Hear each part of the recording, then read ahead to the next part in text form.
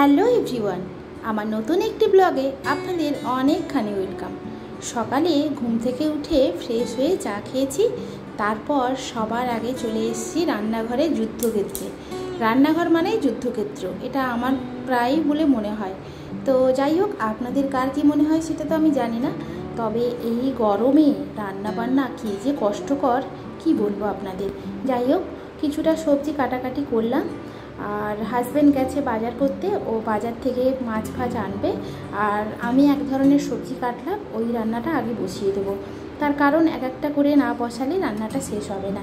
তো টিফিন তো করে নিয়েছি, আর কিছুটা জল বোতল ফাঁকা ছিল, কয়েকটা বোতল ভরা হয়ে গেছে, আর একটা বাকিতে রয়ে গেছিলো, ওটাই ভরছি।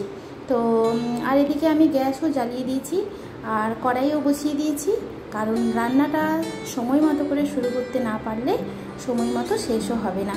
আর এই গরমে যত তাড়াতাড়ি রান্না শেষ হবে ততটাই ভালো বলে মনে হয়।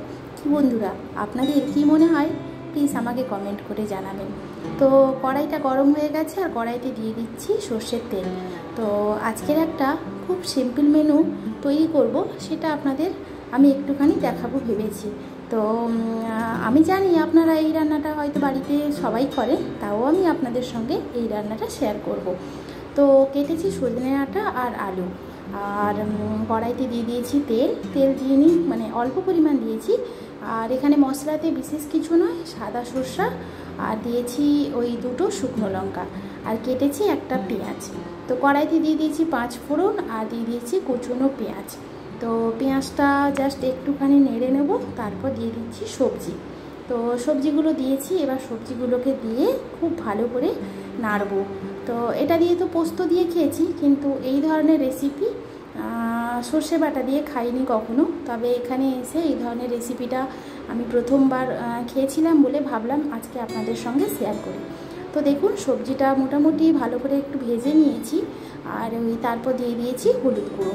আমি এখানে লঙ্কার গুঁড়ো দিইনি, আর তো হলুদ গুঁড়ো দেওয়ার পরে একটু ভালো করে নেড়ে নিচ্ছি, আর দিয়ে দিয়েছিলাম স্বাদ মতো লবণ। আর দেখুন, হলুদটা দিয়ে ভালো করে নাড়ার পর এবার আমি সর্ষে বাটাটা অ্যাড করে দেবো। সর্ষে বাটাটা একটু ছেঁকেই দেবো, তার কারণ ওই মিক্সারে বেটেছি, ওই এতটাও তো মিহি হয়নি। তো দেখুন, সর্ষে বাটার জলটাও আমি এখানে দিয়ে দিলাম। এবার আমি ভালো করে কিন্তু ঢাকা দিয়ে দেবো, আর গ্যাসটাকে একটু কমিয়ে দেবো, ধীরে ধীরে করে হোক। তারপর যেহেতু ভালো করে ডাঁটাটা সেদ্ধ হবে, কারণ ডাঁটাগুলো এখন একটু বয়স হয়ে গেছে। আর এখানে দেখুন, ডাঁটার চচ্চড়িটা কমপ্লিট হয়ে গেল। তো এই যে আমি এখানে নামিয়ে নিয়েছি। আর হাজব্যান্ড তো বাজারে গেছিলেন, আপনাদেরকে সেটা আমি বললাম। তো বাজার থেকে মাছের ডিমও এনেছে, তো এখানে ডিমটা, মাছের ডিম রেডি করে রেখেছি। তো ওই পেঁয়াজ কুচি, বেসন, লঙ্কার কুচি আর একটু সামান্য লবণ দিয়ে ভালো করে ডিমটাকে মাখিয়ে নিয়েছি। তো মাখিয়ে একটুখানি রেখেছিলাম, আর অল্প অল্প তেল দিয়ে ভাজবো, তার কারণ হচ্ছে ডিমগুলো তো কড়াই দিলে খুব ফটফট করে ফাটে বলে কম কম তেল দিয়েছি। আর বাজার থেকে এসছে কাতলা মাছ আর হচ্ছে চিংড়ি মাছ, আর মাছকে এখানে ম্যারিনেট করে মানে নুন হলুদ মাখিয়ে রেখেছি। আর চিংড়ি মাছে এখনও কিছু রান্নার ব্যবস্থা হয়নি। তো যাই হোক, রান্নাবান্না আমার কমপ্লিট হয়ে গেছিলো। তো লাঞ্চ মেনুটাই আপনাদেরকে দেখাবো। এখানে হয়েছে হাঁড়িতে গরম গরম সাদা ভাত, আর এখানে তো মাছের ডিমের বড়াগুলোকে ভেজেছিলাম। আর এটাতে কি রয়েছে বলুন তো, এটাতে রয়েছে ওই ডাঁটার চচ্চড়ি, যেটা আমি আগে আপনাদের সঙ্গে শেয়ার করেছিলাম।